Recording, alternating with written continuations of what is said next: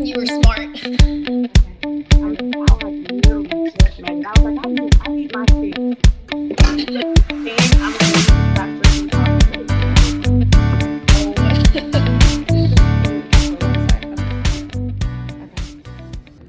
Well, good morning, or shall I say aloha from Honolulu. Um, this is the perfect way to end the month of June. We're celebrating Pride Month.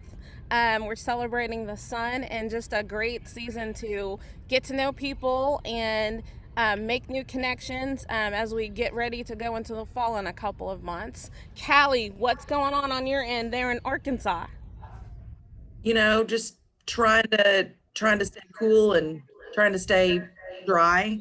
It's humid, it's warm, trying to keep the lawn mowed. I don't know, like pick an issue. I don't know. But it's a Tuesday, right? Like we love Tuesdays. They're better than Mondays.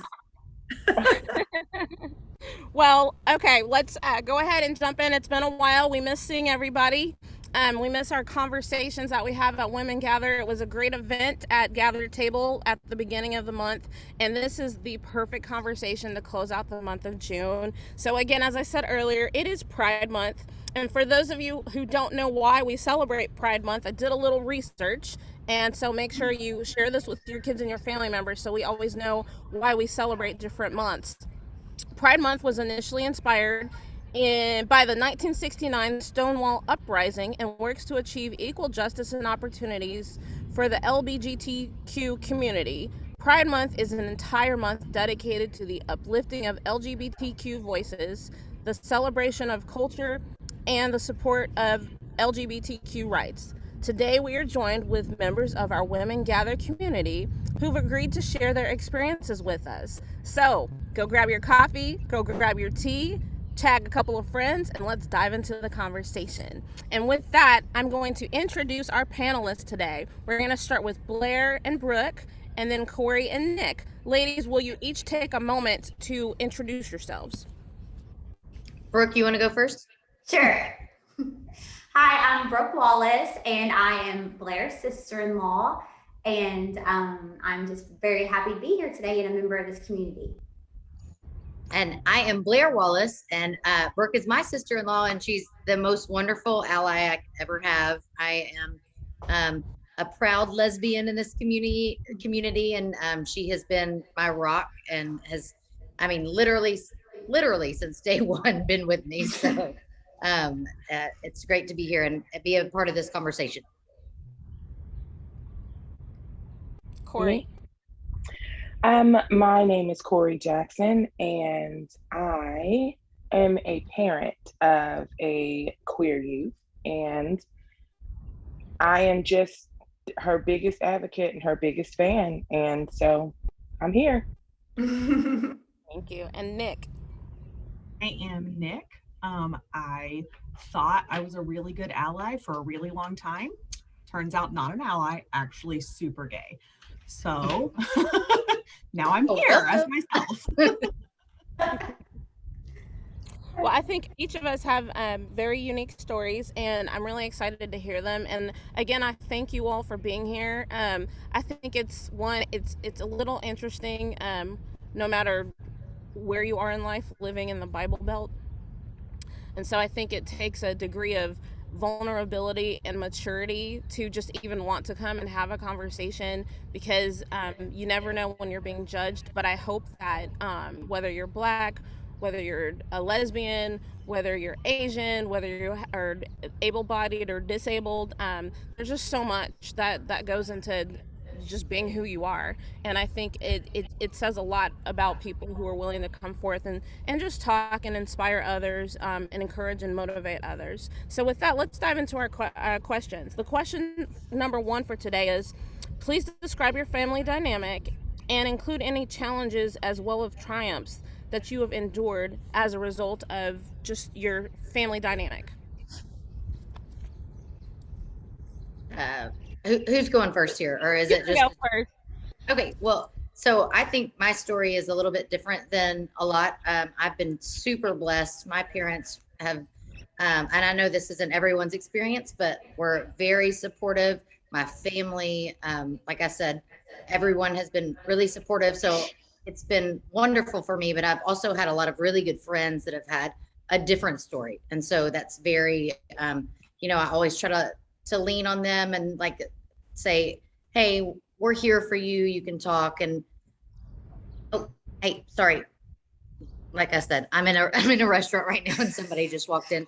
But I have had a really blessed story. And I mean, the fact that people are educated and informed, and I think you really hit the point well when you said there's a level of maturity, especially about being in the South, that people can relate to. It's really just about educating people and educating about kind of what this process is. We're all humans and all individuals. And so I think that's really like my most important part. Like it doesn't really define me, but it is a big part of my life. And so I think if people can just be educated about that, and I think that's what we're doing here right now. And even if I can interject, even with Blair, knowing she had a supportive family, like I grew up, as you said, in the Bible Belt, like I grew up Southern Baptist, Methodist now, but as you can imagine, I was taught my whole life that that's a sin and that's wrong, and had that kind of worldview within that little bubble that I grew up in. But then I became really heavily involved in the theater. That's my degree. So obviously that opened up my whole worldview. And some of my very best friends in the entire world are gay, lesbians, whatever, trans. And so I just took those people in and loved them for who they are. And so from that moment forward, I was like, forget whatever I learned growing up. That is not the truth. God loves everybody. So then I just wanted, like, I kind of even wished maybe like my kids are gay. So I don't know. That's just like my favorite thing in the world. And so whenever I met Blair, we were 19 when her brother and I got together, and we knew she was, but she wasn't coming out to us. So even though we were like, very true, very true. Even though we were like the most accepting of people, were like, hey girl, you want to tell us anything? She wouldn't. And I was like, when is she going to come out? Like she's pretending to be with this boy. Like this is not the truth. So her having said that, I just wanted people to also understand, even if you think that, you have a supportive family and supportive friend group, it's not the easiest thing. And you just got to kind of let them come in at their own time and not force the issue. Yeah. So. Was your imaginary boyfriend George Glass? Kidding. Claire?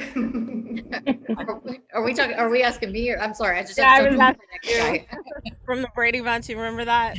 Oh yeah, yeah. I had a lot of imaginary boyfriends, I think, and then I think I told some lies to my family and to myself, and that's that. Corey, go ahead. Dylan. I am actually a pastor's child. I was raised missionary Baptist, and I was adopted by my grandparents. My papa was actually a little bit more progressive than most missionary Baptists. So, as a child, we spent a lot of time working with a program called RAIN, and they used to actually help people that were in the middle of the HIV/AIDS crisis. So I've been around the community since I was a child via church, which in the Black Missionary Baptist Church is like unheard of. Mm-hmm. So you can imagine the uproar that my papa caused when we took RAIN up as one of our outreach programs.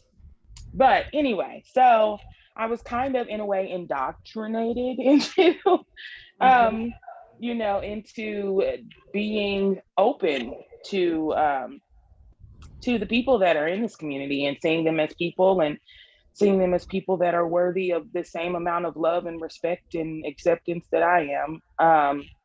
But there was always still this internal conflict of everybody else and everyone else in the Christian community, especially in the Black church community, saying that these people were sinning, and I couldn't reconcile the two. So something I struggled with my entire life, and then I started having children, and my oldest child came out. She's 16 now. She came out when she was 12, which y'all, I was so scared that she was pregnant. I was so relieved when she said that she thinks she likes girls. I am not even gonna lie. I was like, oh, that's it?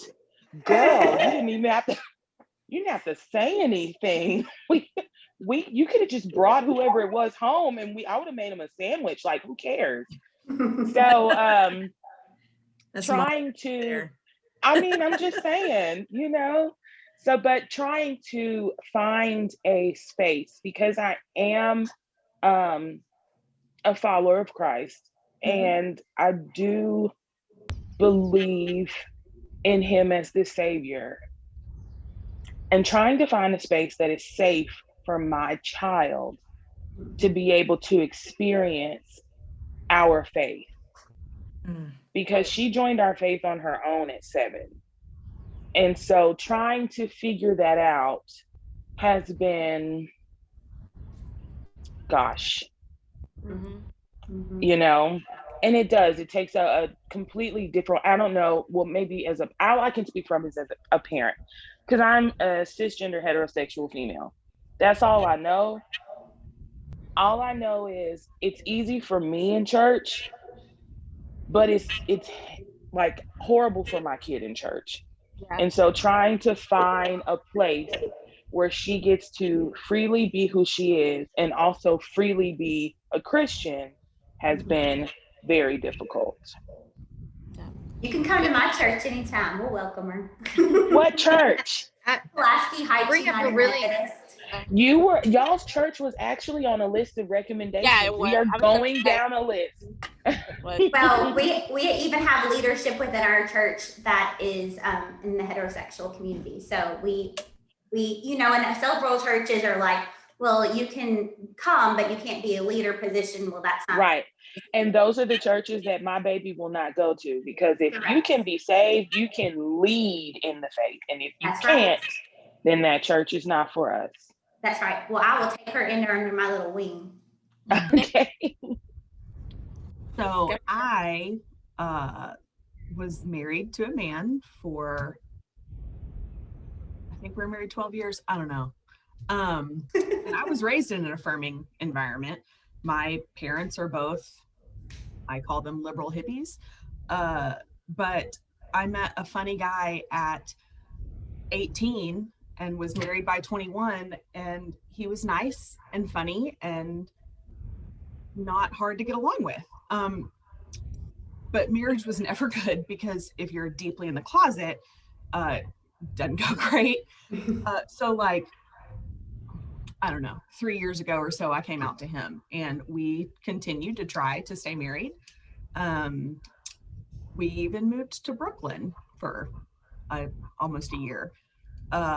We have a son, and our church in Brooklyn is beyond belief affirming and amazing, to the point that I still consider them my church. And like, we go to a local church, but I tithe to my Brooklyn church, and I attend it online, and I love them with my whole heart, mainly because they are a huge reason why my ex-husband and I still have a relationship. We are the best of friends. We are fantastic co-parents. He steps in as a father figure to my soon-to-be other children. I'm getting married next month. Congratulations. He is the one that told my fiance to ask me on a date. So like, our church in Brooklyn is so instrumental in both of our faith journeys and both of our lives.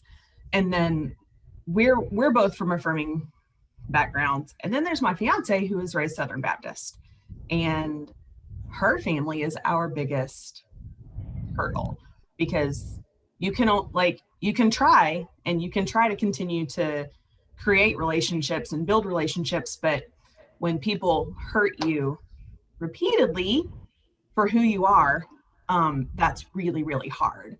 So like, even though I come from, and my whole family is fantastic and adores her and adores our kids, and like, my 92-year-old grandfather is basically like, she's his best friend. They love each other.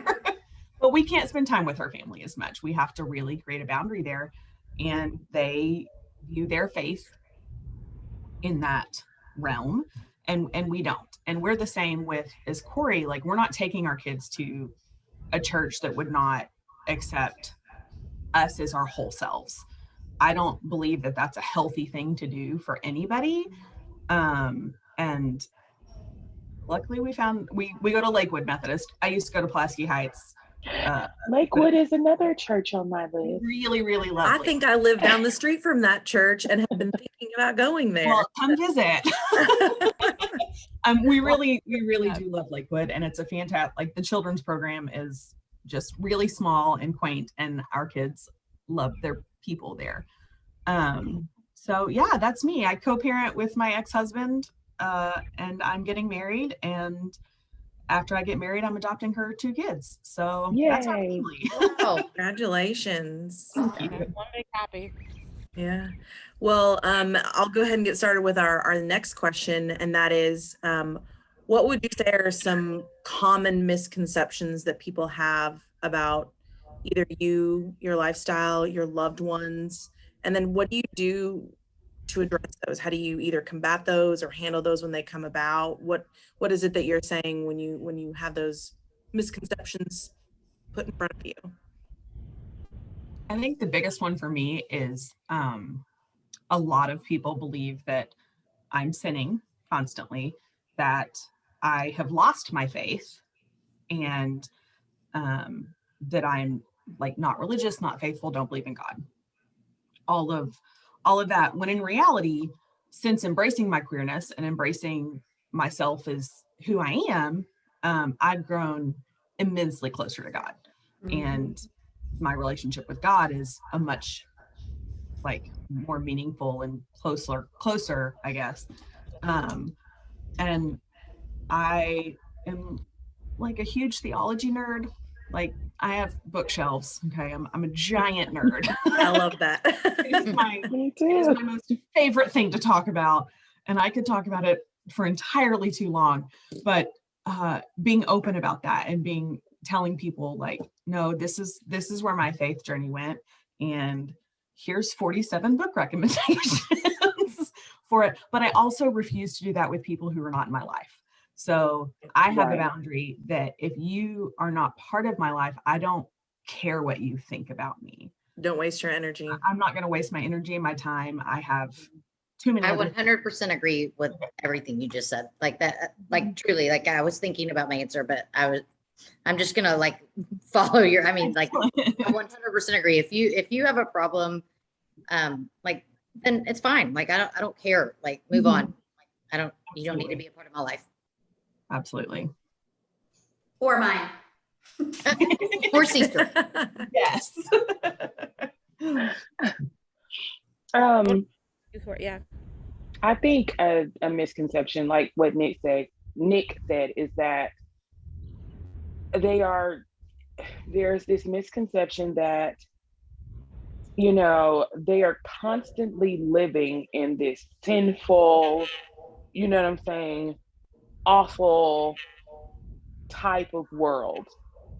And I think that is completely incorrect. I think it's unfair.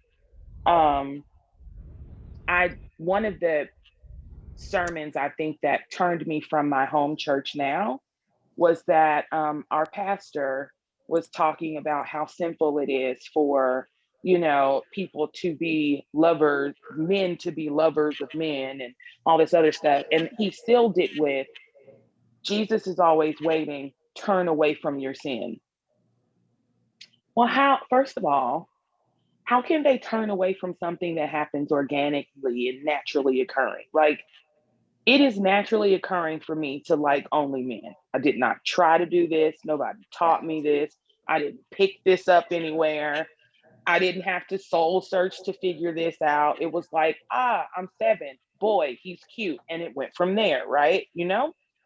So for someone to say, turn away from sin, like something that is naturally occurring, something that you can't help, that isn't learned, that isn't picked up, is sin, is ridiculous.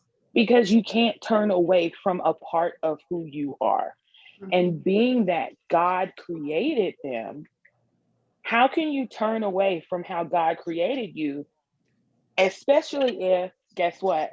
Everything he does is right. He makes no mistakes. So it's so contradictory. I was like, yeah, no, just no. And it hurts my feelings that people really believe that they are just sinning and they can just stop. If you just stop, everything will be fine. Don't you think they want to? If that would be the easier, the path of less resistance, right? If they could just stop and then just all of a sudden be straight and not be bullied and shunned by families, and then they would. So it's just bleh. And some of the most amazing human beings on this planet are who I've met through this community. And there's no sinning about any of it. Just to follow up with what I mean, the kindest people. I'm not saying that heterosexuals aren't, I'm not saying any of that. I'm just saying, like, there's no sinning with most of the people that I know in this. I mean, they're just huge hearts and lovers and animal lovers and people lovers. And so, I mean, there's no. It's just people hiding behind their Christianity to judge and implement the parts of the Bible that they want to. Because if really you want to get down to it, if you're like everybody in this church, stand up if you had sex before marriage, okay, that's a sin. Stand up if you did your neighbor's wife, that's a sin. Stand up if you don't.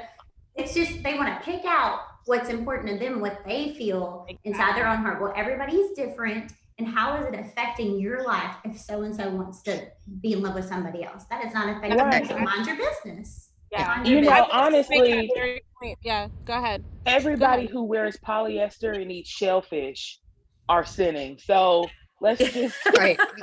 If we're gonna stick true to the word, right? You just can't pick it out, and you can't hide behind it in order to right. Yeah. Well, I think that a lot of people have used. Well, I'm just gonna speak on Christianity because it's the only religion that I'm well versed on. But they've used it to pervert the word, you know, for to promote their own agendas. And I feel like that's the commonality with like hate and intolerance for the LGBTQ community and for different racial communities. The premise, all of that comes from like these Christians who have this power and they use it to keep their power and to keep other people beneath them. That's kind of what's ringing like as the common denominator in this conversation, but also to what Blair said about families. And I hope you don't think I'm like so cliche, and if I am, I apologize. My favorite TV show in the whole world is Modern Family. I love that show because they're so not conventional. But like literally, if you actually took the time to watch it, that's what everybody wants with their families. Just at the end of the day, for everybody to love each other. It doesn't matter what the makeup is of the family, but just that, you know, that whole group with their quirkiness and everything else, like they just love each other. And like I want to be like a cousin or something. You know, I love that. That's like my I watch reruns every single night. Like they come on every night at like 11. But it's so good because of the underlying message, you know what I mean? That people just want to be loved and people just want to be a part of a family, and they're like the perfect family. They're like the Brady Bunch of the 21st century. Agreed.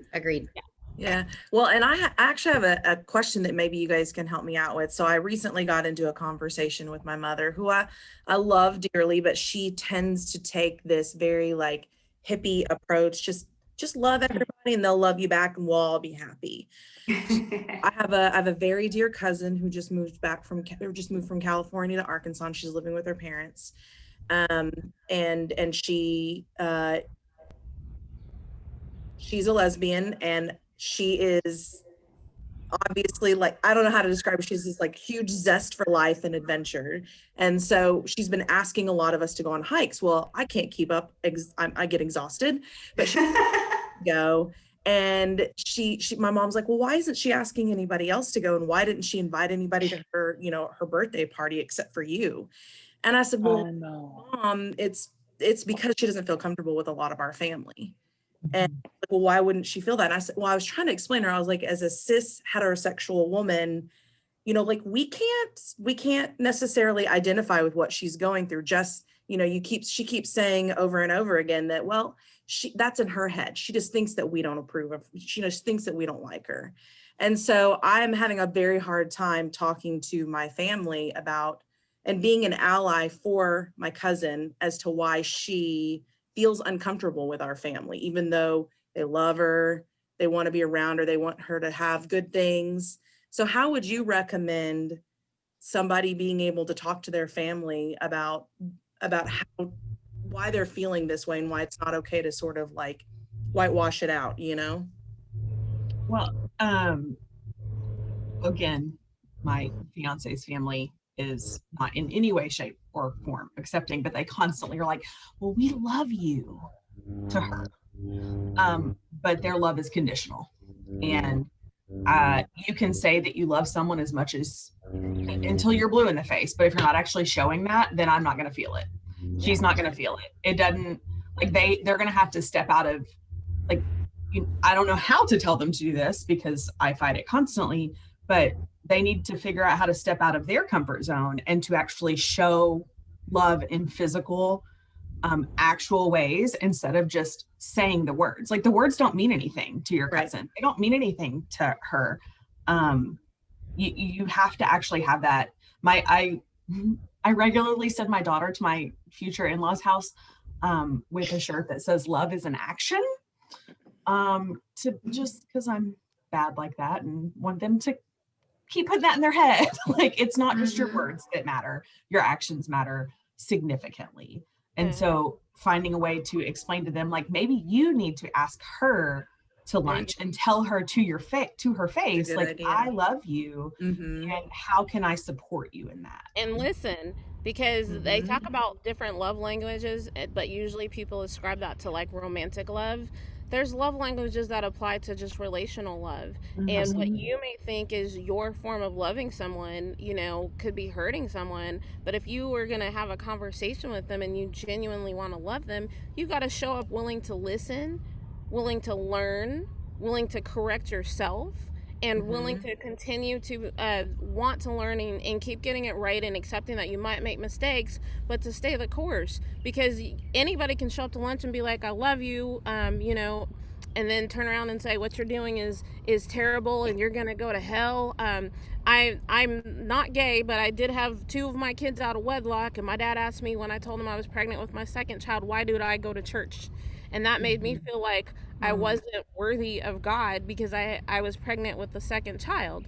And so, you know, again, you have to show up to listen and to apologize, you know, even if it was, whether it was intentional or unintentional, if you truly love that person or that family member, you know, and you want to get it right, or if you're that entrenched in your faith that you think that kindness is the way and you want to go to heaven, then, you know, that's a good place to start, is to show up and open your ears. And I say, I'll pray for you. Yeah. Right. And so also as an ally, one thing we have to also make sure we do is to not discount when someone is feeling something and they express that. There you go. We get so used to our feelings taking precedent, our feelings of comfort, our feelings of, you know, shame, or our fear of the unknown, that we will like just completely toss out. And that's what you explained that your parents did, that you were saying that, oh, well, she doesn't feel comfortable. And your mom was like, oh, that's not true. You know, well, it is. Yeah. Perception is reality. You know, and so that's the first thing, is that we always have to check ourselves on making sure that we don't discount somebody else's truth, their feelings, you know, everything that they say and feel is valid, even if it's not something that we intended to make them feel. Intent means nothing. How it is received is everything. Exactly. And we are responsible for how what we have said or what we have done is received, even if we didn't intend it that way, you know. And so I think maybe explaining it to your parents that way, you know, explain to your parents, like, if I tell a really bad joke, right, and you're the brunt of the joke, but to me it's hilarious, and I thought you were gonna laugh, and I tell this joke and I'm cracking up and you are furious. Does it matter that my intent was to make you laugh, or does it matter that you're furious and it hurt you? And so maybe they will get it from that perspective. It's a really good way to spin it. Yeah, I like that a lot. And I'm sure I'm not the only one with, trying to sort out these issues with my family. So, for sure. Our listeners will definitely appreciate like any kind of like ways to talk about it, So it's so different for me in my story. Like when I, like, for instance, go over to Brooke and Thomas's house and Stephanie and I are there, like we hold hands and we laugh and we, like are affectionate and we don't think a thing of it. But then if we like, and I'm not saying anything is wrong with my wife's side of the family at all. They just, I don't think, have the same level of acceptance. But when we go over there, it's a totally different, like we sit on the couch together, but we're never like, it's a whole thing. And they tell me like, hey, we love you, we accept you, but I don't know. So I'm really interested in this part of the conversation because I don't know what I need to do or what, but it's not the same. You know what I mean? We sit there, we're very polite. They're very new life and Christian, like they have I'm not even trying to bring faith into it, but it's different. And so like, I need to learn like how to address that as well. And so because when we go to their house for holidays or whatever, we act a totally different way than we do if we go to like Brooke's house or my parents' house or something. And so it's an interesting dynamic because I don't know if I'm enabling it because I don't say anything, or if I'm not, like, am I a part of the problem? Like, what do y'all think about that? I think you need to be yourself. And if they feel uncomfortable and they make that known, then you just don't go back there. Because I'm not going to pretend not to love your brother in front of somebody just because it makes them feel uncomfortable. Then I would remove myself from that situation. Like, I understand being like kind when you're at somebody's house and not being like overly, like, nobody just wants to see anybody make out, but y'all don't do that. Well, I mean, it's just like normal couple. I'm not saying we're overly, but like holding hands. I hear what you're saying, and I think, and no offense, I hope you don't take offense to this, Brooke. I understand what you're saying, and you can be like, well, don't go back over there and blah, blah, blah. For me, this is something that I do every day. It's literally called assimilation. Okay. But I don't do it because I'm not cishet. I do it because I'm Black. And in different situations around different people, in different homes, in different, environments, I have to make sure that I mind my Blackness. You know what I'm saying? And so it is actually something that I'm very, very used to, just because of it is definitely called code switching, and code switching, like I said, was born of assimilation. You feel out your environment and you adjust how you act in that environment so that you can get out of there unscathed, mentally, emotionally, whatever. And that is what's happening. I'm sorry, I didn't mean to cut you off. But also, Blair, what I would say, and to anybody who is watching this, is that we have intuition that we were born with. And also, like, we can perceive energies. So just because on the superficial surface something looks like it's welcoming, like if your intuition is telling you it's not, and so you have to do to like you said, to kind of like survive that situation, make it through the holiday. Exactly. Whatever and then you have, so you can come out unscathed. Right. And then you get home and you decompress and it's like it never happened. And then you prepare when you're going back to that place. You start mentally preparing again, and then you get there and it's like unspoken. It just happens. You don't ask questions. You already know what's going on. It's like, all right, then it's over. it's literally assimilation. It's a Well, type of I guess I've just coexistence. never talked to anybody about that before. It's just something that I've done, like what if, here's a scenario that I know has happened. What if you show up to somebody's house and they tell you, don't be yourself with your spouse? I would walk out. That's happened to me. Yeah. Because that infuriates me. Yeah, I would leave. And honestly, I think that would probably happen at my house because I love my dad to pieces, and he's the smartest person I know, but he's incredibly pious. And he would be that person. His older brother was like probably 65 and came to my parents' house with his girlfriend and from Florida, and my dad made them sleep in separate bedrooms because they weren't married. I'm like, this dude is 65 and his kids are grown.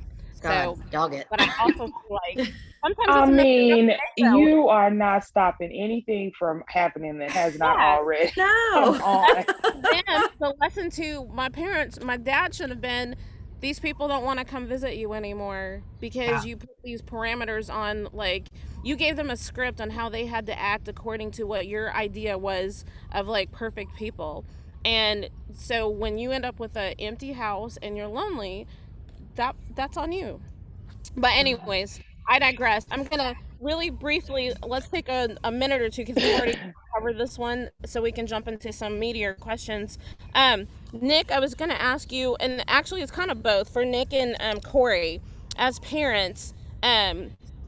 Have you ever experienced conflict with other parents? Nick, I was looking at you because I know little man is like elementary school age, and I was just wondering, like, that dynamic. Like, do you ever find conflict with parents who they don't want their kids coming to play or spend the night at a house with a kid who has same-sex parents or anything like? Do you have any issues like that, or how do you deal with that? I don't know. We homeschool. We pulled them completely last year, so they don't have as much interaction as schooled kids would. So our biggest like conflict with parents is with her sister, and they've had conversations with their kids about how like they don't agree with us, and that tends to be where our source of conflict comes from, because we don't hang out with that many other people. Pandemic, we were really insular and didn't do a lot. So, and again, like I said earlier, I have a hard boundary. Like, if you're not with me, goodbye. That said, our boys do play soccer, and thus far we haven't had a huge issue there. But with her family, how we handle it with our kids and how I would handle it if we did meet another family that didn't agree is our kids know that they believe differently than we do. They also know that our whole job is to love people, period. And then we have a rule in our house that you share your opinion one time. It's mainly so that they don't argue constantly, but we've told them that the parents have shared our opinion, so you don't need to share your opinion. You don't need to step into this. This isn't something for you to worry about. And that's how we really plan to continue in the future. If we do come across somebody that is like, oh, no, we'll say, okay, that's fine. They get to have their opinion. They get to have their belief system, but we're going to stick with ours, and ours is based on love, period. End of story. We don't do anything that's not, or we try very hard not to do anything that's doesn't come from a place of love. So yeah, that's I feel like that's exactly how we would deal with it, because we've dealt with it. We didn't think it was necessary for her sister to have a conversation with her small children about how they don't agree with our life. But I would think about like planning slumber parties and birthday parties and just not wanting kids to be ostracized, because oftentimes whatever the conflict is in the school, like, it stems from something crazy some parent has said at home. Absolutely. And they can bring that energy to school. But Corey, let's round this question out, because then I think Callie has something a little meatier for Blair and Brooke. So do you have final thoughts on that, like with play dates, or in church, or anything with kids? Yeah, like I said, my daughter's 16 now. She came out when she was 12. So we've had our share of slumber parties and birthday parties. And I have had conflict with parents who I didn't feel it was important for me to tell them my child's sexuality. And I didn't. If you're going to have your kid come to a slumber party, they come to a slumber party. And Jordan's very open, and so she would tell them her sexuality, and then next thing I know, my phone is ringing and there are parents calling like, why didn't you tell me your daughter was, bi, or they don't want them there. Like, how can they would say things like, how can you trust that she's not going to try to do things with them, or how can you like let them spend the night? That's like a boy She's spending 12. the night with the Oh girl. my God. Right. Well, first of all, if a boy spends the night with a girl and he likes the girl, then that's problematic. Or if the boy has rapey tendencies, then that's problematic. But just the boy spending the night with the girl, that's not weird. We do it with our cousins and brothers all the time. So, but I don't know. It's weird. I'm And then when I petty. I tell would them, be like, your kid isn't cute and my kid's not attracted to them anyway. But sorry. right, but So trying true. to It isn't my explain kid's type, don't worry. trying to explain to cishet people that somebody who is not cishet does not all of a sudden one day like, oh my God, I'm bi. Every girl I see, I want to do them. Yeah. That is not how that works. That's a You know what I'm saying? misconception. Like, Yes. it's weird. Every dude you see, Sally, do you want to do them like in the ice cream aisle at Kroger? No. You know what I'm saying? Hey there, Leroy, while you're picking up lamb chops, do you want to like go grab the butcher lady over there and be like, yo, thanks for the rat? No, you don't. You know what I'm saying? I don't know, Like, some people. I'm just kidding. well, some people, but I'm just saying, like, you're not attracted to every single person. Right. So they, do not have attractions to every single person. So you can definitely have a slumber party with a bunch of girls in the room, and my daughter be a girl who's interested in girls and not be interested to a single girl in that room outside of you're There really are cool friends friendships. and That's we the make coolest great thing. slime. Yeah. Mhm. But also, You like, know? physical attraction, even if she were attracted to anybody in the room, does not mean that she's about to jump them. Like In front of that. the whole group of people. Again, she's 12, It's right? Like, weird. It's No, not a but listen, Nick, here's the reason that men and women alike think that. Because men, Yep. when they have physical attractions, are rapey. And Mhm. women know that men are rapey when they have physical attractions. So they don't understand how anybody else could have attractions that aren't rapey. Yeah. Mhm. Absolutely. Wild. totally. Yep, we know. Well, but I know y'all got one more question, but I just want to jump in and say that that Brooke and Thomas, I don't know how but they have raised the two best, most accepting. Like, I've never had a question from Maddie or from Carter. I'm sorry, Brooke, if I'm saying names and I shouldn't on a podcast or whatever.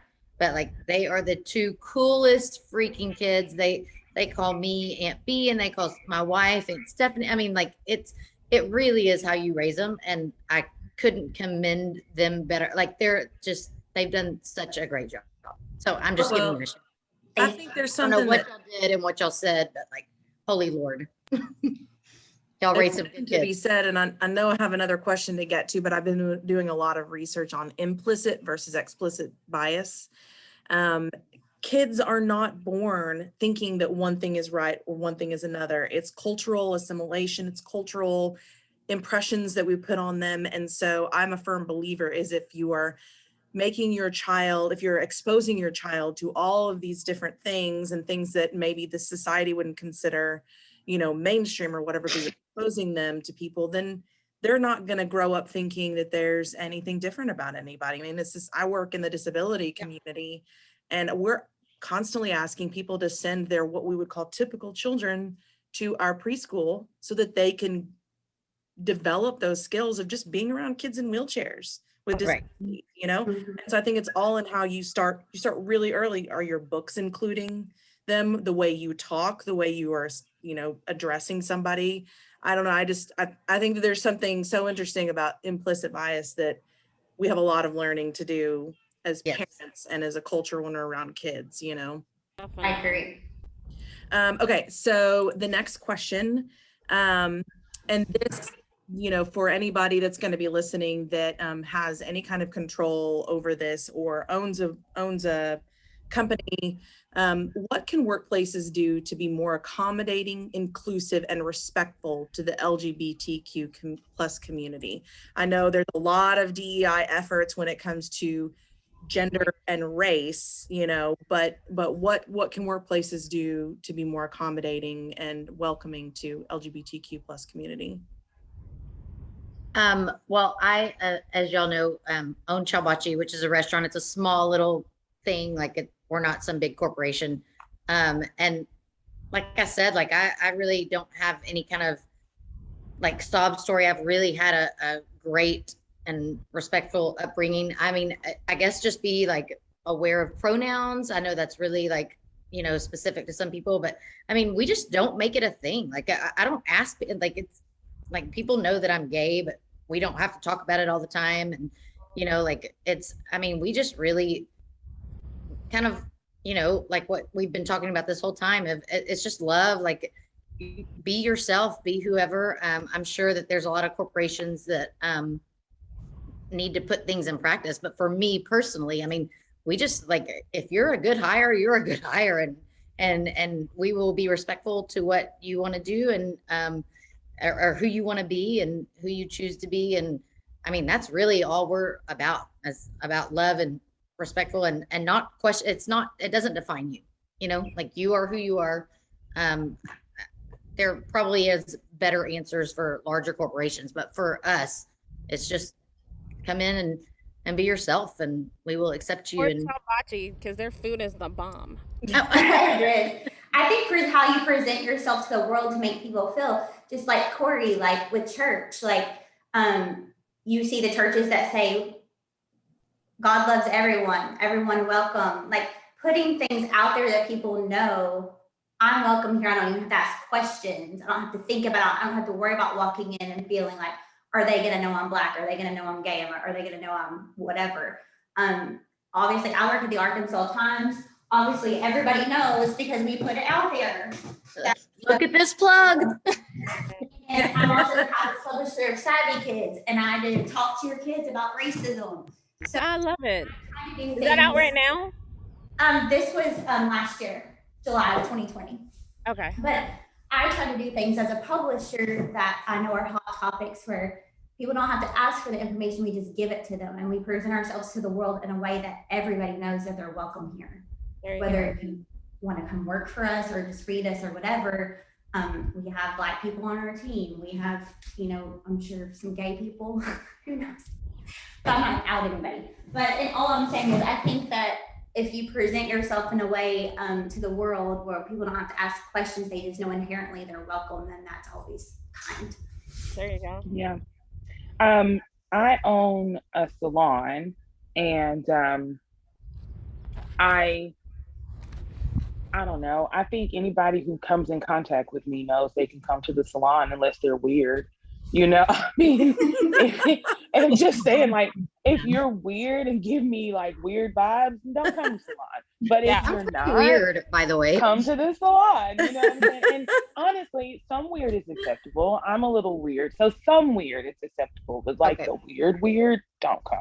Creepy. That's that. But other than that, no. But I make sure that on my service menu, I have I don't have gender specific services. So in some, at some salons, well, not some, lots of salons, especially here, you'll see men's cut or women's cut, or you see women shampoo and style or blah, blah, blah. No, I got a clipper cut.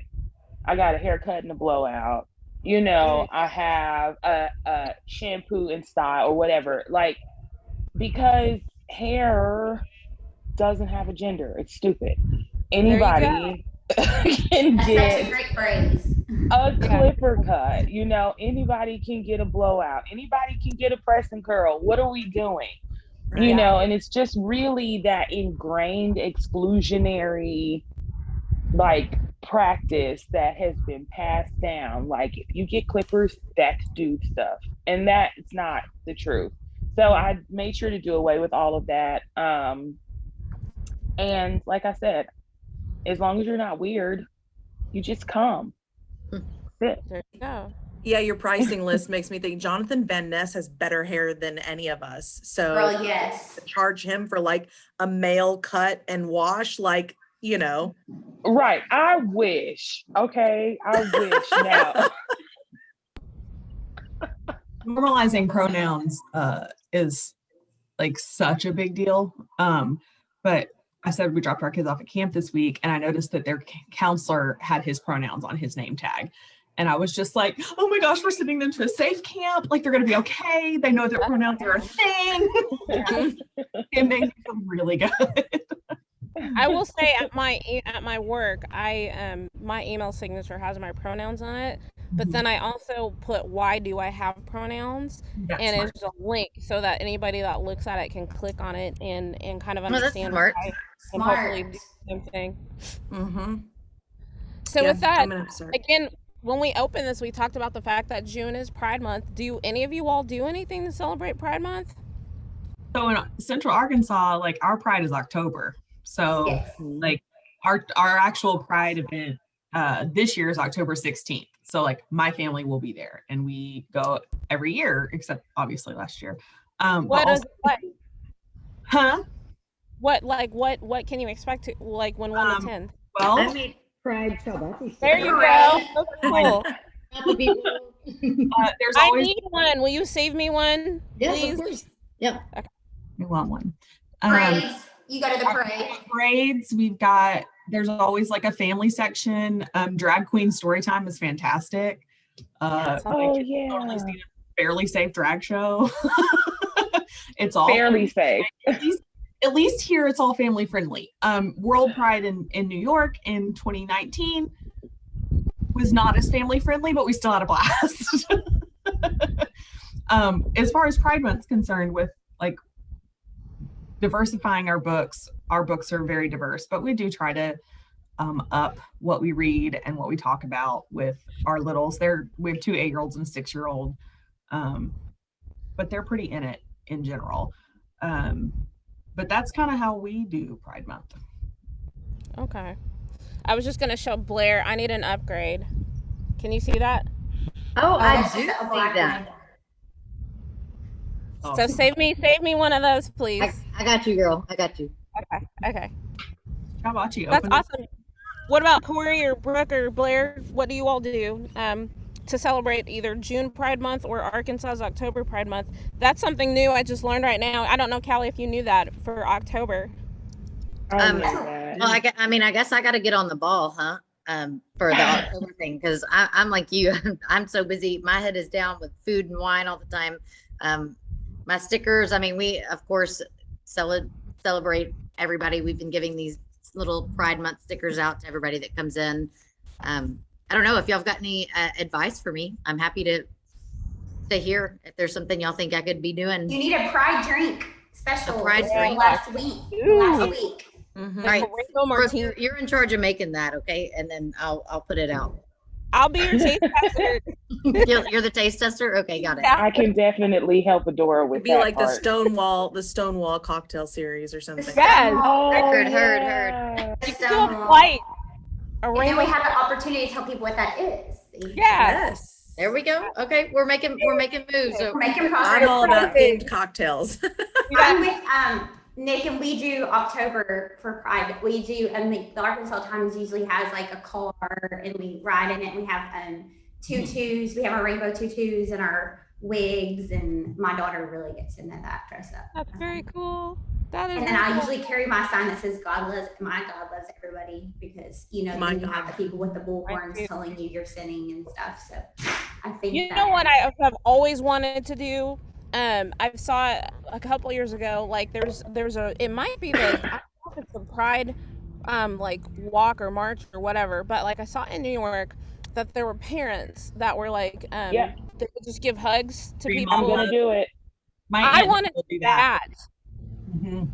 How do you get information on that? Like, if you have any information, Just what Google. can we? It's called, like, their organization is Free Mom Hugs. So just Okay. like search that. And Okay. I don't know if they have a local chapter. I don't even know if you have to have a chapter, or just put a shirt on that says Free Mom Hugs and go show Maybe up. we'll That's start what it I was off. gonna do. I was just gonna put on a shirt and stand on the sidelines and love up on all those folks whose Yeah. mamas are not nice.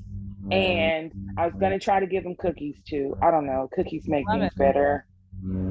Always. But Oh, I haven't had a chance to do anything with Jordan for a long time. Jordan didn't want to participate. I think she still felt very exposed, very uncovered. And I don't think she fully understood that Pride was like the place where you could go and be safe. Yeah. You know, yeah, you Feel could be with your seen. people. I don't think she Yeah. understood that. You know, like I said, she was very, very young when she came out. So navigating those waters at 12 and 13 and, you know, it's kind of, it's wanna difficult to target on the navigate back life, period. You don't want to be other. Yeah, that's a hard time Right. of life without so hard. Exactly. Exactly. And so she didn't want to participate, and I didn't want to push her. And then in 2020, we actually went and did the March on Washington because I'm a super activist for that too. And she was like, I want to come. And I was like, okay. And she said that she wanted to wear a shirt to identify herself. And I was like, okay. She was like, yeah, because I need to be there so that I can tell all those Black men that think that Black Lives Matter is only about their Black lives, that it's about Black queer girl lives too. And I was like, well, come on, babe, you're going to Washington. So Look at you raising a little advocate. Yes, queen. I'm trying, guys. It's always women. Women always do the hard work. Absolutely. It really, really is. I feel like you're right. That was a great point to end on. That was really, really strong. So we're at the top of the hour. Let's just take like 30 seconds each person. What do you want everybody to walk away from this podcast conversation with? Just one nugget that you hope resonates with people who listened in today. Let's start with Blair, and then do Brooke, and then Nick, and then Corey. Well, this is my first one, so I was super excited to be asked, and I just hope that everyone takes away that that love is love. And thank y'all. You women taught me so much, and really about the family and things like that. And so I just really appreciate even being invited. Okay, and I was looking at this Ted Lasso comment that's on my wall the whole time, and it's real simple. Be curious, not judgmental. There you go. That's it. Love y'all. Hope everyone constantly remembers to all it takes is just love and respect. And if you have those two things, then you're going to include people, and you're going to love people and make people feel safe. And that's really what we should be doing. I think for me is that to remember that people are not monoliths. Someone could definitely not be heterosexual, definitely not be cisgender, and still be a Christian and still be saved. Heard. Amen. There you go. All right. Well, that concludes our June Women Gather virtual series. For those of you that don't know, we are going to start doing these once a month. So Callie, can you give everybody a little information about what they can look forward to in the month of July? Absolutely. So as Adora said, we're changing up the format a little bit, and we're going to be doing it once a month on the fourth Tuesday, still at noon. So make sure to update your reminders of the change and join us for our next conversation.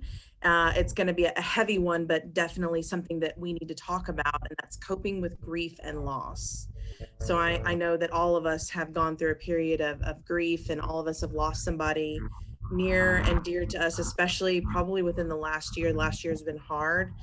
So we're really looking forward to that conversation. And so we really hope that we see all of you guys there. It's going to be right here, Tuesday, July 27th at 12 p.m. And make sure you bring your tissues. We're going to really dig deep and try to get through some healing as we gather together. So. All right. So with that, enjoy the last of your Pride Month. Thank you, Blair. Thank you, Corey. Thank you, Nick. Thank you, Brooke. And as always, come to Bocce.